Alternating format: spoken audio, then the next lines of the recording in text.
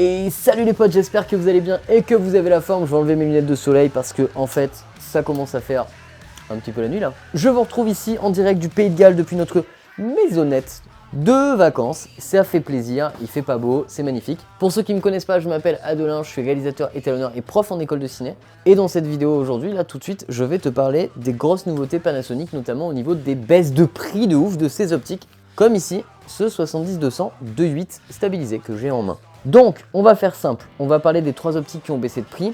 Il s'agit du coup d'abord de ce gros bestiau, comme je viens de vous le présenter, qui est passé de 2799 € à 2299 €. Donc allez boum, prends ça dans tes dents, un petit 500 balles dans les dents, ça fait plaisir. Donc on s'en rend pas compte, mais c'est énorme, 500 balles sur ces optiques là, ça fait partie du coup des optiques les moins chères du marché en pro. Donc ça veut dire que des 70-200 de constructeurs constants de 8, c'est la moins chère du marché. Voilà, c'est tout simplement la moins chère du marché. Donc ça fait très plaisir. En plein format, bien sûr, j'entends, etc.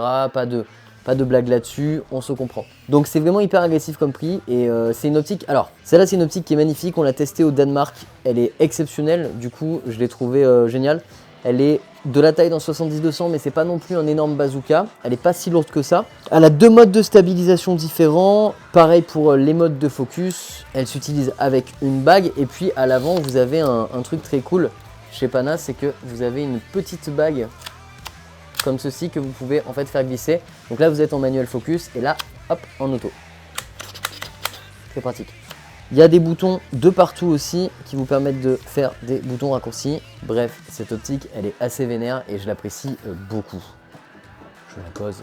Ensuite on a le 24-70. Alors là 24-70, grosse news, il est passé de 2499 € à 1999. Donc lui aussi moins 500, boum. Le 24-70 2.8 constant, c'est une optique que j'ai pas avec moi. C'est l'optique parfaite pour faire à peu près tout. C'est ce qu'on appelle un transstandard, un zoom transstandard. Avec ça, le but c'est de pouvoir faire en fait un peu tout ce que vous avez sous la main. Donc par exemple, si vous avez du 24-110 et du 70-200, en soi, avec ces deux optiques-là, vous pouvez tout faire. Petite pause, je m'interromps juste pour vous dire que cette optique a quand même un tout petit défaut, c'est qu'elle n'est pas stabilisée. Donc c'est un 24-110 2.8 qui n'est pas stabilisé, c'est le seul truc qui est un petit peu dommage. Heureusement, c'est grandement rattrapé par sa qualité optique, elle est magnifique. Personnellement, je vous conseille pas forcément d'avoir que des zooms, même si je sais qu'il y en a qui jurent que par ça. Moi, j'ai une tendance à préférer les focales fixes parce que dans mon usage, je trouve ça encore plus beau et intéressant. Donc je ne vous conseille pas forcément d'avoir que des zooms. Il faut aussi, je pense, savoir varier un peu les plaisirs. Mais un 24-70 2.8 constant, c'est parfait si par exemple vous partez en voyage. Si vous avez qu'une seule optique à emmener avec vous, ce serait celle-là parce qu'elle est capable de tout faire. Et ça c'est génial. Ensuite on a une autre baisse de prix, c'est le 70-300. Donc là c'est un téléobjectif. C'est une optique que moi j'ai jamais utilisée, donc je vais pas trop m'avancer dessus, mais elle est passée sous la barre des 1000 €. Voilà, donc je vous laisse aller voir. Idéal pour des trucs en méga long focal, de l'animalier, je ne sais pas.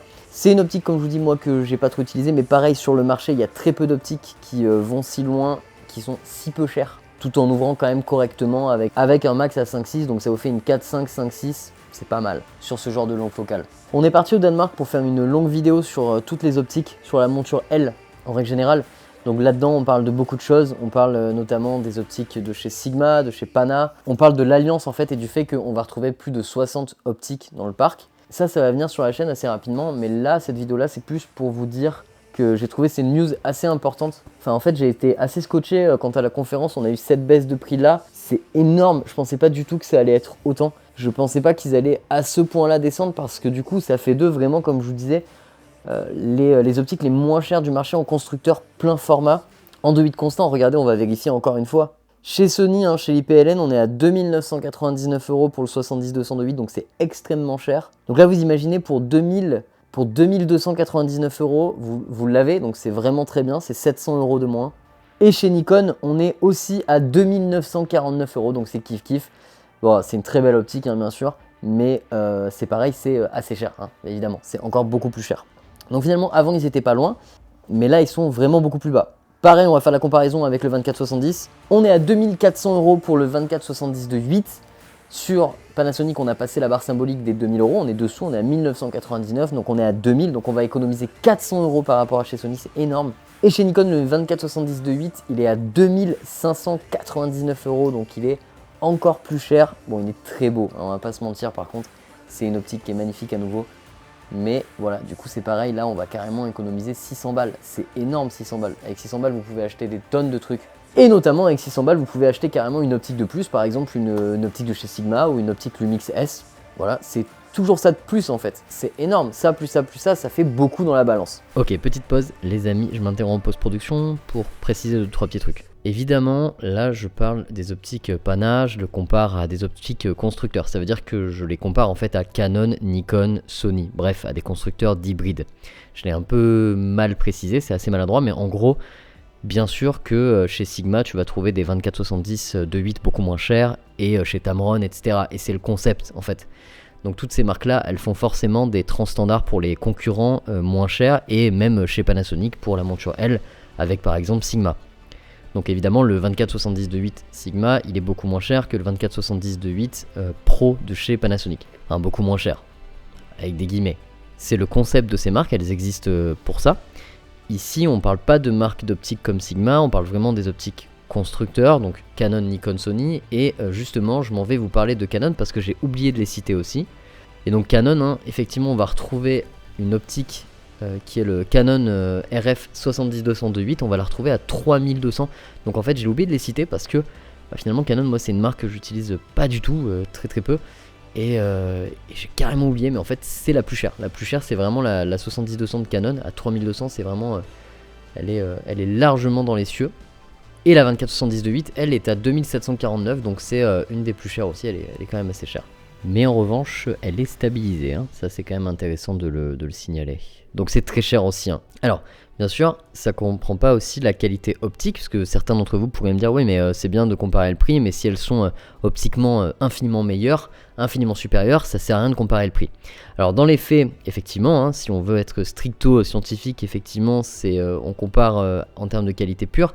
Après, dans la forme, sur le fond, je pense que c'est un peu discutable, parce que si vous avez des différences qui sont mineures entre certaines optiques, mais que les différences de prix sont-elles majeures, je pense que c'est comparable, du coup. Voilà. Donc, en l'occurrence ici, la 70-200 de chez Canon avec la 70-200 de chez Nikon, et etc., de chez Pana, etc., elles sont toutes comparables. Elles sont toutes comparables, elles font toutes partie des mêmes qualités optiques, elles sont toutes très belles, elles ont toutes de très bonnes qualités. Voilà, c'était ma petite parenthèse un petit peu pour organiser le truc. Et si effectivement on va aller chercher dans des marques qui sont pas constructeurs, chez Sigma, le 24-70 2.8, on va le retrouver à 1200 €. Donc c'est vraiment beaucoup moins cher. Et il est excellent. Toujours chez Sigma, il y a une optique qui est incroyable aussi, c'est le 28-70 2.8 qui est tout petit. C'est une toute petite optique et du coup ça fait grave le taf. Voilà, cette vidéo ça sert à rien que je la fasse durer beaucoup plus longtemps. Ce que je voulais dire c'est que ces annonces je les trouvais vraiment intéressantes. On se retrouve avec une gamme que je trouve très complète. On a les optiques Lumix S qui sont pas chères du tout, hein, avec des focales fixes qui font toute la même taille, tout le même poids, tout le même gabarit, tout le même diamètre. On a des optiques chez Sigma avec la gamme notamment Sigma Art. Là par exemple, ce qui me filme c'est un 35-1.2 de chez Sigma Art qui est sublime, avec des ouvertures hallucinantes. On a les gammes Pro chez Pana avec les S Pro, et bien sûr avec le petit S aussi, hein. Alors le sigle il est ici, c'est sur votre optique Pana, si vous avez ce sigle en S qui est rouge, ça veut dire qu'il est certifié et validé par Leica. C'est pas une certification marketing, c'est une réelle alliance entre Panasonic et Leica, donc ils sont conçus en fait avec Leica, et c'est de la tuerie.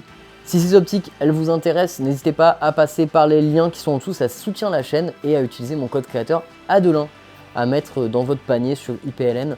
Ça soutient la chaîne, c'est pas grand chose en termes de commission de vente, c'est surtout pour dire que en fait grâce à nous vous achetez ce genre de produit, et nous ça nous donne du poids derrière sur les marques. Et ça c'est très important pour moi parce que moi je suis petit, je suis pas un gros youtubeur, donc ça m'aide beaucoup. Merci beaucoup les potes. D'ici là on se voit sur Insta et dans une prochaine vidéo. Allez, portez-vous bien, ciao.